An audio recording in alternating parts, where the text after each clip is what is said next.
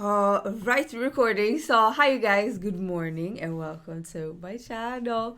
I'm back with a new video and we're gonna check out when Mike Tyson punished cocky guys for being disrespectful, not for the faint hearted. So I'm not gonna ramble, let's get straight. Why you talk to me like that when you know I'll kill you for it? Mike. Shish.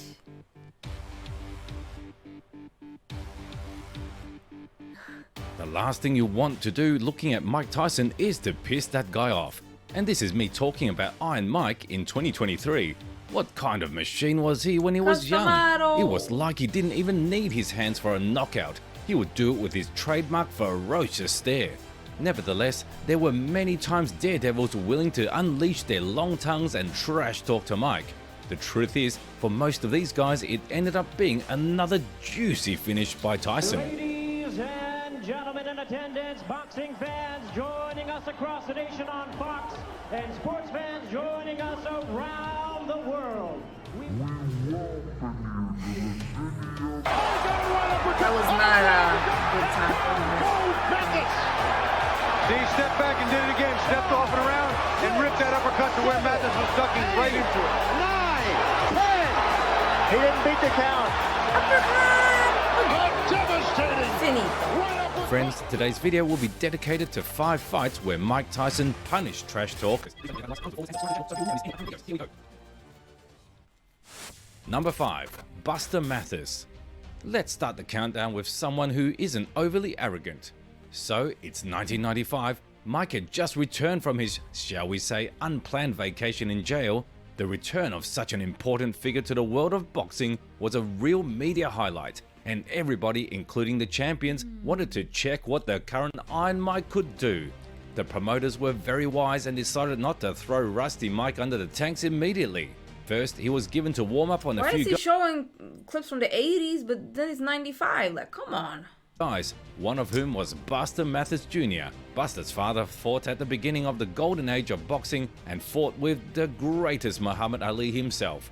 Now his son continued his business, and so far quite successfully, with a record of 20-0 in the pros. For every action, there's a reaction.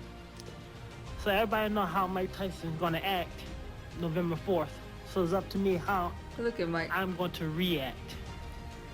Well, you know, I'm very confident, you know, and when I'm going to fight Mike Tyson, I know what Mike knows. We're from the school of D'Amato, and my father was trained under D'Amato, Ferriello, was trained under D'Amato, so I know what Mike Tyson's going to do. Now it's up to me what I'm going to do. He's underestimated me, and I love when people underestimate me. And this won't be an 89-second bout against Mike Tyson on November 4th. I am no McNeely, I'm Buster Mathis, and I can bring it to him. Buster promised to be the most uncomfortable opponent in Tyson's career, but Mike only laughed at such statements. However, the spectacle in the ring turned out to be entertaining. From the very first second, Buster stuck to Tyson and wouldn't let him go. Super was like a bull pinned against an impenetrable rock, and from the outside it seemed ridiculous, but it was very effective. Mike couldn't use the full amplitude of his punches and missed a lot, while Buster bombarded his body. So, the prospect won 2 rounds, was good in the 3rd round, but hesitated for a very brief moment and got the most powerful combination to the jaw. Swing around on your opponent's side. Boom, boom, boom. Little messy combo, but he finished it. Yeah, he finished Mike needed one moment to win the damn fight. Many things. I expect him to move around, run because he's able to do that, and I expect him to smother me because he's been very successful. But I'm very familiar with his style of fighting. I was raised, and I'm the best at that style of fighting. I knew every move he was making. That's how come when I did a couple of particular moves, he was stunned. He didn't expect them.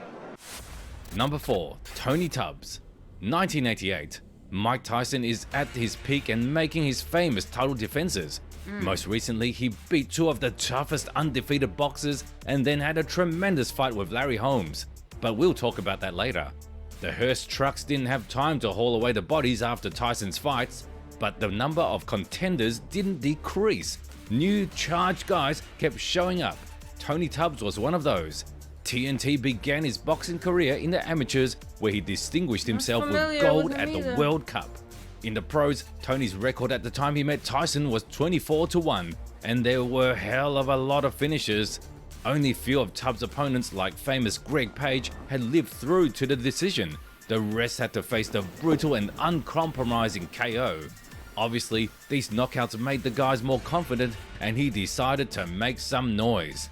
I'm strong and I'm fast. Mike Tyson got to deal with that.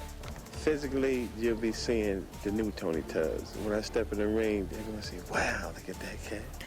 You know, and the thing about it, once I start putting the moves down on Mike Tyson, I won't change. You know what? This fight might not be hard as y'all think it's gonna be, because Mike Tyson is only good for what he can hit. You know, right now that I am one of the best heavyweights in the world. I can box better than any of them. And I ain't taking no back seats to none of them. I'm not even taking the back seat to Mike Tyson. Tony looked very prepared. He successfully combined his work as in the far range as in a phone booth, where he was giving Tyson tough uppercuts. Mike missed a few times, but took his time and worked at his own pace. As in every fight, the Iron Mike knew that he would have that one punch that would knock his opponent out. And that punch came in the second round. Tubbs was killing the champ in the blow exchanges, but then the traitorous ropes came to his back, and that was it. I couldn't tell whether or not the punch hurt. Tubbs is hurt. Tubbs is hurt, man. You felt that It was a left hook. Mike exploded with a left hook and immediately shook Tony. Without losing his wave, Tyson continued to pile on, and just his third hook proved to be final. After that hit, the medics had to get Tony out of the grave right away. The tide of this fight changed within 15 or 20 seconds. My mission is to go and destroy and not to let anything get involved. If you get punched, you get hurt. I refuse to be hurt, knocked down, and knocked out. I can't lose. I refuse to lose. Number 3. Tyrell Biggs. The vast majority of athletes agree that the highest achievement of all is an Olympic medal. It's not just difficult to achieve, it's nearly impossible. But those who do achieve it command incredible respect and prestige in the world of sports. True, there is one small problem. You will not be satisfied with the admiring glances of other guys, and $1 million for an Olympic medal, unfortunately, is not attached. So the former Olympic champions have to invent something and change the direction of their career. Some have to stop performing and go in for coaching, but boxers are lucky in this respect. They can simply go to the professionals. That's exactly what Tyrell Biggs, the first US Olympic heavyweight champion, did. In the 1984 Olympics, he confidently defeated all the opponents, including young Lennox Lewis, and earned the first place. Then immediately turned to the professional sport. In 3 years, he easily dealt with 15 opponents and received a title fight with the biggest threat in the heavyweight division, Mike Tyson, who he didn't really consider to be a serious rival. I believe that what I've been through, and as good as I am, I know that I know how good I am. And for me to have criticized and the whole shot, I mean, you know, I owe it to myself to go out there and beat Michael Tyson. That's definitely Don King in the back. He's made for me. Tyson. I owe it to myself to go out there and beat this story and be called the new undisputed heavyweight champion of the world. What do you think about the statement from a guy with 15 pro fights? Well, Tyrell was confident, and maybe on his best day, he could have beaten worst version of Tyson, but certainly not that night. Biggs started with the poor version of Ali's style, but he floated too slowly because Mike, being 2 heads below him, caught him up and exploded. Iron Mike looked phenomenally fast and focused. He was especially quick with his left hook, which he used in the clinch for several rounds in a row. It turned out that Tyrell only had a plan A, and when the jab and bounces stopped working, he started to back away. Seeing his opponent break mentally, Mike added even more and walked at him with a face like, "Oh yeah boy, you're mine." Under the granite pressure of the champ and an abundance of hooks and body punches, the challenger survived exactly until the 7th round, where he was initially almost thrown out of the ring. Oh, that was a tremendous left hand.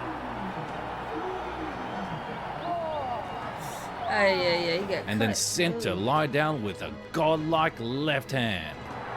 And 10 seconds to go in a round. There's a left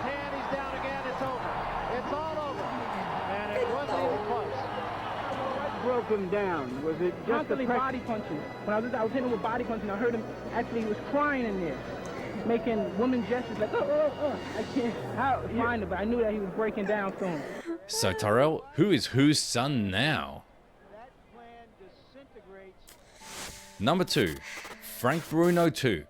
The fight between Mike Tyson and Frank Bruno was one of the best confrontations of the turn of the 80s and 90s. Judging by the knockout power of both guys, this fight could almost be called the most explosive fight in history. We know about Tyson's great talents for knocking people out, so let's focus on Bruno. Before facing the Iron Mike, Frank's record was nothing less than 32-2, and only one of those wins came by decision. Something like Deontay Wilder, isn't it? It's a KO in guy. fact, in that distant era, Bruno was probably considered the toughest knockout fighter of all, even more powerful than Mike. A little bit, no. If we're only looking at brute physical strength, but even beastly power didn't help Frank win the first fight, and he lost by TKO in the 5th round. After that, the boxers went their separate ways, but fate brought them together again in 1996 when the Iron Mike was in the best shape after prison and Bruno had the WBC belt. And I see myself knocking out Mike Tyson spectacularly, knocking him out. There's no way he just had to come straight at me all the time. Okay, mate. Straight at me. But it'd be like How running you to doing? a wall all the time. That was then, this is now. I'm the champ now, the WBC champ, and he's going to try and take it off me, but he's only going to get a look at it because his time is gone. I feel much more stronger mentally and physically, and this is my time. Tyson's had his time, you know. If Customado was in his, well, he is in his grave now, and you can see all them amateurs and them terrible people behind him, he'd be turning in his grave, you know what I mean? To have all them people shouting confidence, he must be lacking in something. But I want to knock him out so good into Don King's lap and wipe him off the map because he's bad for boxing, and his people are bad for boxing. Already in the first round, it was obvious that Tyson, after the non-fighting years, was in much better condition than Frank. He's hungry now. Bruno He's gonna became eat. very old and his speed dropped drastically, and in a fight against such a killer, it was fatal. The champ was missing all the nukes that Mike was launching at him, and all he was trying to do in return was wedge and get his distance. Between the first and second round, Bruno already had his cut open, and it was obvious that he was struggling a lot, but the old warrior kept coming forward. Unfortunately, Tyson is not one to be merciful to his the opponents. body shot and in a the combo. third round, he Come took on the now. champion under the deafening roar of the Ooh, he trying crowd. to knock him out. He cut his head down with hooks. And this is what Bruno expected. He said he's not looking for the Tyson who dropped the Gillian Mathis. Here's a combination uppercut. Yeah, we see it. We see it. We see it. Oh, yeah, he's done for. Ay, ay, ay, ay, ay. That was not pretty. This title is for my dear mentor, Customado, my children, Mikey, Gina, Raina. Praise be to Allah. Number 1. Larry Holmes. Throughout his life, Tyson had fixed the status of a gangster who was not afraid of anybody and never considered any boxer even close to himself. Mike's credo applied to everyone except his biggest idol, Muhammad Ali. The greatest was an idol for Tyson, someone to aspire to and whose achievements were absolute. Mike repeatedly said that Ali was an example to him, and so when the Iron Mike was offered a fight against Larry Holmes, he simply could not refuse. Oh, It yeah, the became revenge. personal to him. Oh, yeah. Larry became one of the last with whom Ali entered the ring, and then Holmes did not leave a live spot on the legend of the past. After that, the Eastern Assassin became the best heavyweight for many years, but time does not spare anyone. By 1988, Larry began to slowly give up, and in his last 2 fights he lost to young Michael Spinks. The fight against the feisty Tyson was an opportunity for Holmes to rehabilitate himself and quickly regain his star status. I'm ready to go in there with Mike sometime in January, whatever day they want, and hope it's going to be on HBO because I want the world to be able to see it. And out of this fight, I hope it's such thing as fairness. Last time I didn't get it, and I complained about it, the world seen it. Now I hope once they see it once more, it's fairness. I'm going to knock this guy out. One thing I've seen, Tyson makes a lot of mistakes, and if he fights me dirty, that's what kind of fight it's going to be all night, because I didn't see a class of fight. I didn't see a guy that with class in there tonight. I seen a guy that throws elbows. I seen a guy that throws butts. I seen a guy that hits after the bell. I seen all of this in Mike Tyson. I didn't see a gentleman in there. If they want to make him out of a beast that he's claimed to be, he's going to be in there with a beast. And the thing about it, after this fight, people are saying, Larry Holmes, why? They won't say that anymore after this because I know what I'm doing. Larry tried to start the fight in his own style with lots of movement and dangerous jabbing, but he ran into the wrong guy. Stocky, powerful, and very focused Mike Tyson was on his tail and wouldn't let him down. And while Holmes was playing catch-up and hide-and-seek, the Iron Mike was shooting at him, but the clinch of the Eastern Assassin stopped him. Gradually, the former champion was getting the distance he needed for his jabs, and everything seemed to be going fine. But we all know Tyson needed one opportunity, and it came.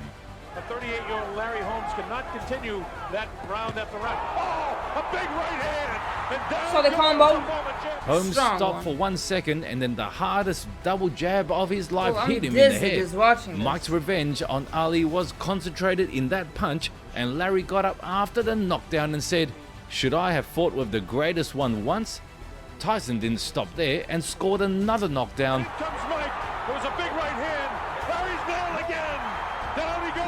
Oh God, he's standing up. Oh no, he's so dizzy. Oh my God. And then he sent the veteran to the deepest KO. He should be hanging on. Now with the right hand, the left hand. He's going to hang on. Or they'll stop the fight. Down he goes. Larry's hurt. It's all over. He is knocked out. For you, Ali. Friends, and that was it. Who else did Mike Tyson's iron fist put in place? Maybe we didn't mention someone important. Be sure to share your opinion in the comments. Shish. I always a few seconds.